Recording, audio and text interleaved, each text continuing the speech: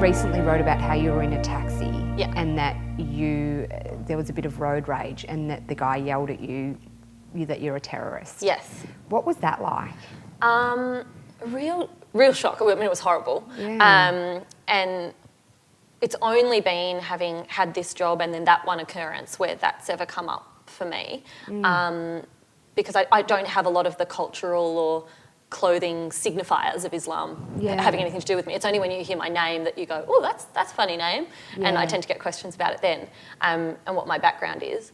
But there is a really sad truth about the Australian community, and I think it's a lot in the Western world of the idea of Islam is equalised with terrorism, and that's what people think about.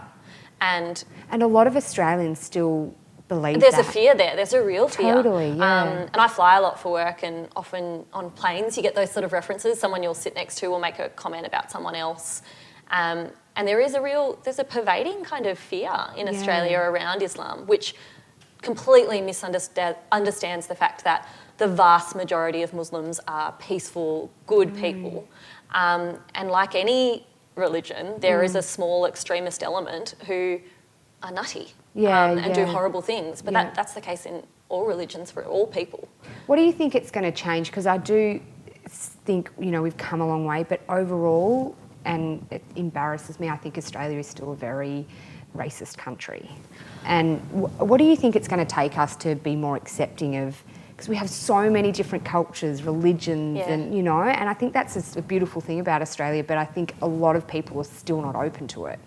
Absolutely, and I think we have a real divide between those Australians who see the great benefits that have come with migration to this country and those who don't. And I think a lot of it is, you and I have grown up where multiculturalism's not a question. Yeah. But my dad migrated to Australia, and he's very dark-skinned, when the White Australia policy was still in force. Right. He migrated, him and his family, under an experiment to see what would happen if they took some non-white people. Yeah, they were some of the first non-whites to be allowed to come to Australia. And then White Australia policy was slowly dismantled. And that's my dad. That's one generation before you and me. That is so fucked up. I think you don't, you go back and you go, it's like he remembers coming into school and happened to go to a school where there were no Aboriginal kids. He was the only kid with dark skin at the school, 400 kids, and he was the only one.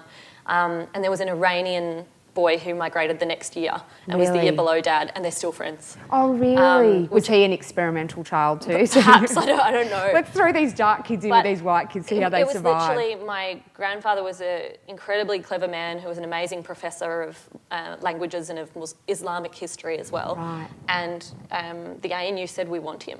And he was part of an experiment.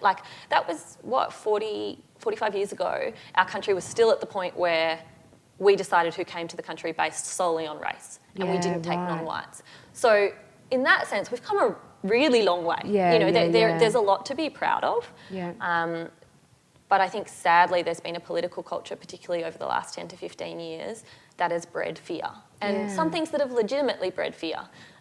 It's hard to watch on the news something like what happened in 2001 in the States and not feel afraid of whoever did that and look for signifiers to be afraid of. I think there's a long way to go, though, in terms of Australia in educating most of our population about what Islam is, that it's a religion like any other. Like Judaism and Christianity, they're actually all interlinked. They all date back to the same human being. They all started with Abraham. Right. All of these faiths are actually quite similar, and most practices of those faiths do them in a peaceful, good way, and it's a moral code for living a good life. But all faiths have some extremists who are foul. Totally. And that's not something that's confined to Islam in any way.